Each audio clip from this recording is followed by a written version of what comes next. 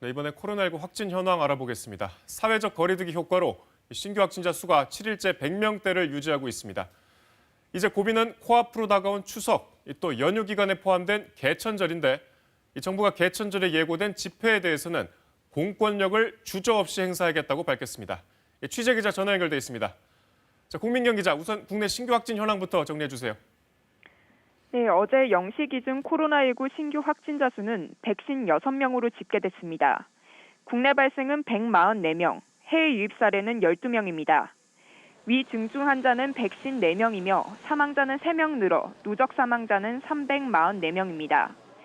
국내 발생 확진자를 지역별로 보면 서울 48명, 경기 51명과 광주 17명, 인천 1명의 확진자가 발생했습니다. 신규 확진자 수는 7일째 100명대를 유지하고 있습니다.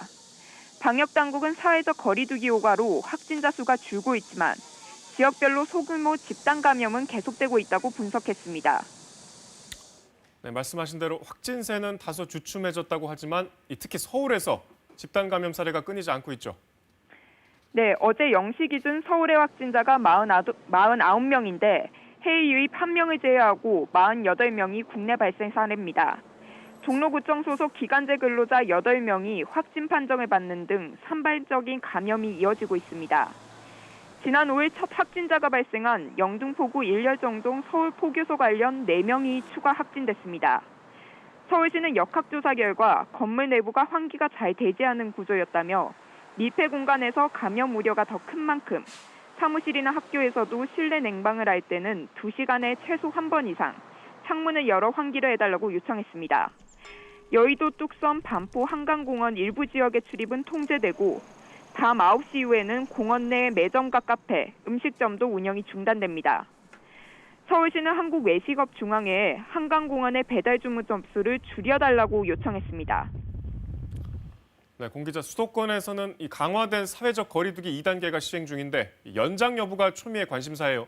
연장되는 겁니까? 네, 방역당국은 사회적 거리두기 2단계 조치의 효과로 확산세가 주춤하고 있다고 밝혔습니다. 전국적인 2단계 조치는 20일까지, 수도권의 강화된 2단계 조치는 13일까지 예정돼 있는데요. 이번 주말까지 사회적 거리두기가 잘 지켜진다면 추가적인 연장은 없을 것이라고 방역당국이 밝혔습니다. 중앙방역대책본부 정은경 본부장은 자영업자들의 피해 감수와 국민의 참여로 상황이 억제되고 있다면서 거리두기에 동참해달라고 부탁했습니다. 이런 상황에서 보수단체들이 개천절에 대규모 집회를 예고했는데 정부는 어떻게 대응하기로 했나요? 네, 추석 연휴 기간인 개천절에 대규모 집회가 예고됐는데요.